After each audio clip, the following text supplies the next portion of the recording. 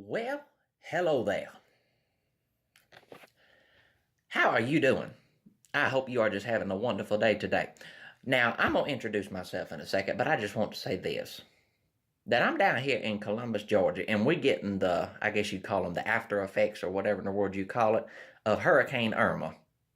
And I just want you to know that all this needs to go away because, see, everybody has what they like. We all have our own personalities, right? You may like certain things. You may like certain types of weather. Well, let me tell you what I like. I like sunshine. I like blue skies. I like the birds chirping. It's just, you walk outside and it's just such a wonderful day. And I like it not too hot and not too cold either because I'm cold natured. I can't stand cold. Me and cold don't get along at all. I'm sitting here in summertime and I have a blanket on, right? So I like it to just be comfortable outside. So Irma is messing with my day. I don't like all this rain and wind, and look, I guess because it's coming from down there and all of the conglomeration and all that type of stuff, so the temperature doesn't drop from what it normally is. Right now it's normally about 80-something, close to 90 maybe. And it's probably about 60-something of it outside right now. Might even be lower than that. All I know is because there's so much rain and the wind was blowing it up on the porch, it soaked the rug that was in front of my grandmama's door. And I stepped outside in bare feet. So you can imagine the shock that I got when my foot touched that rug and the water just kind of went and all the water came out. And that was some below freezing water. I want you to know that all the nerves in my foot ceased to function. And they sent up signals to my brain that said, ah! I promise you that's what happened. I jumped back in the house so fast it ain't even funny. But anyway, let me get off of that. My name is Austin. For those of you who do not know me, 20 years old at the moment. And my life has been an interesting one, if you want to put it that way.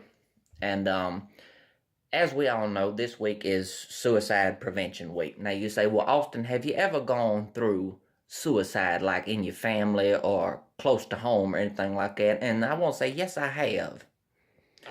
And I'll talk about that in other videos, but I'll go ahead and continue introducing myself. My life has been an interesting one. I say interesting because it's taken me down many paths, met many different people, right? So, I graduated high school 2 years ago. And that was interesting in and of itself because let me tell you something. Some subjects I like, some subjects I don't. Okay. History, love history. Love to learn about historical stuff. Love going to museums, that type of thing. History has always fascinated me. Because I'm in agreement with that quote that sits there and it tells you that if you don't know history, and I'm probably misquoting it, but you get the gist. If you don't know history, if you don't learn history, then history is bound to repeat itself. I'm a firm believer in that. That's why we got so many things going around talking about never forget. Like never forget the Holocaust. Never forget 9/11. Never forget things like that. Because when you don't forget those things, you'll be on guard in the future about those things, and you'll start seeing the symptoms of things like that being cooked up again, and hopefully you'll be able to stop it in some shape, form, or fashion, okay? So never forget. But I've always liked history. I had some pretty good English teachers, so English was all right, even though my English can be a mess sometimes. And speaking of English, since you probably sitting there wondering, where in the world is this boy from? Well, I was born here in Columbus, Georgia, and then the family moved across the river to Phoenix City, Alabama. So I was born and raised down here in the South. Now, mind you, I'm about the only one in my family that talks like this. Please don't ask me why I talk like this. I don't know. The Creator had himself a sense of humor. Let me just tell you this. I think I figured out what happened when the Creator created me. Let me tell you what happened, okay? He was up there. He had his little bowl, right? Had his little bowl of mixture. I call it the bowl of mixture. He had this little bowl, and he was going to mix up all of my personality and everything else. Say, I'm going to put a dash of this, and I'm going to put a dash of that, and, and then he's going to formulate it into my own self. Well, let me tell you what happened.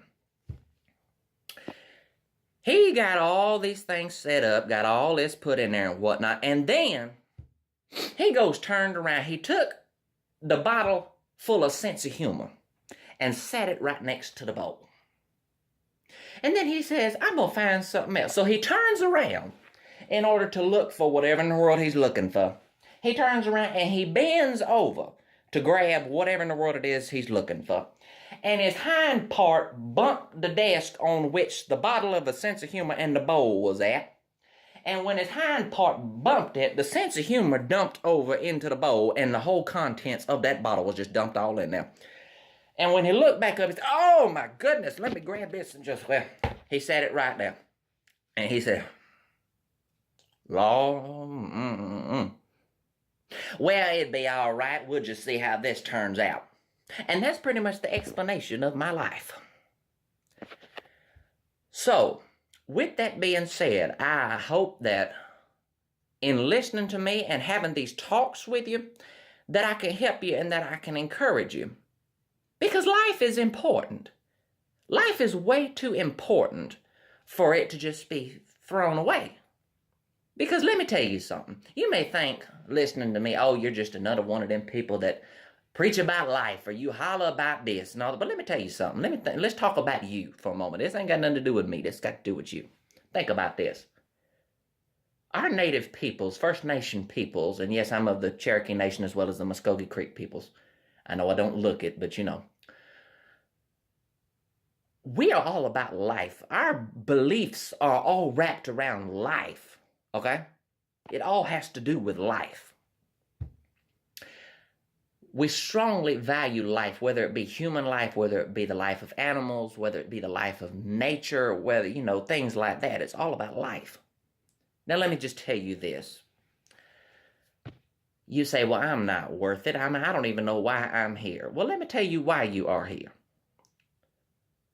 The Creator obviously thought when you was born, I don't care how you was born. I don't care under what circumstances.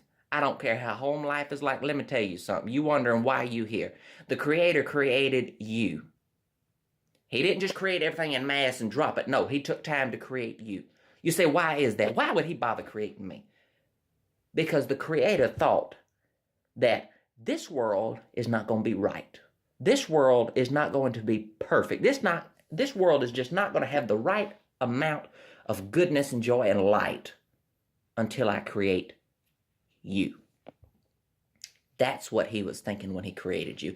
This world is not going to be perfect. This world is just not going to be right until I create a Madison, until I create a John, until I create you. So understand that Creator loves you. And I want you to know that I love you too. And I will be happy to walk on this journey with you. Seneko Kakona, many blessings, and thank you for tuning in.